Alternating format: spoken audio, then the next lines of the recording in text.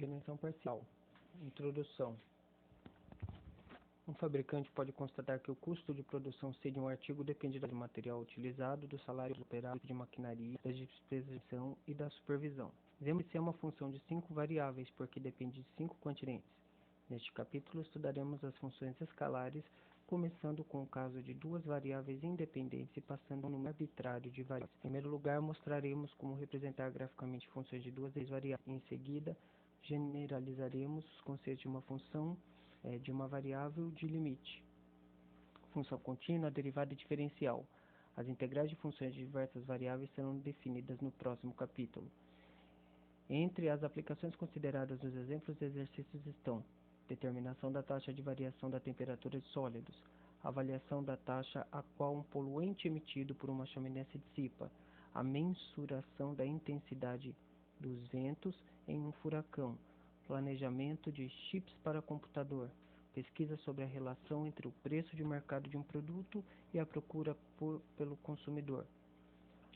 Na seção 16.6 introduziremos um importante instrumento para análise de valores de uma função de várias variáveis, o gradiente. Utilizamos para achar a taxa de variação de uma quantidade escalar, como temperatura ou pressão, quando o ponto se move em uma determinada direção.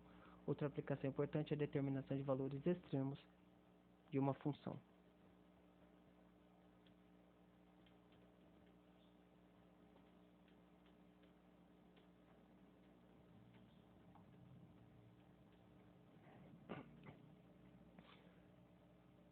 Bom, funções de várias variáveis.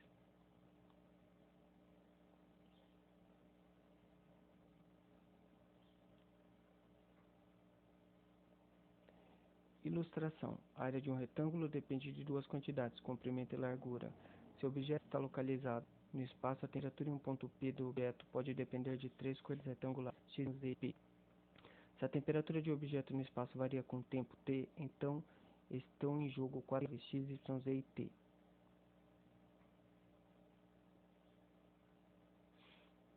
Relembremos que uma função f é uma correspondência que associa cada elemento de seu domínio E exatamente ao elemento de seu domínio E. Se D é um subconjunto de R ao quadrado, conjunto de todos os pares ordenados x, y, números reais, e é um subconjunto de R, então f é uma das variáveis reais de definição seu é. Seja D um conjunto de pares ordenados de números reais. Uma função f de 2 variáveis é uma correspondência que associa cada par x, y em D exatamente um número real denotado por fy. O conjunto D de f, o domínio de f, consiste em todos os números reais fxy com xy em D. Vamos representá-los por meio de pontos em um plano xy com o domínio dos pontos numa reta real. Diga, por exemplo, um eixo W, conforme a figura ao lado. Setas e curvas associam pares ordenados D aos números correspondentes no contradomínio. A título de aplicação, suponhamos uma chapa de metal com a forma de D. A cada ponto x, y da chapa corresponde a uma temperatura F de x, y, que pode ser registrada em um termômetro representado pelo eixo W.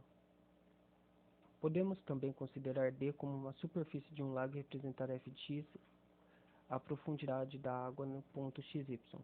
Há inúmeras outras interpretações, quer dizer, as associações, de temperatura na chapa com termômetro ou lago e sua profundidade nos determinados pontos dos lagos, do lago.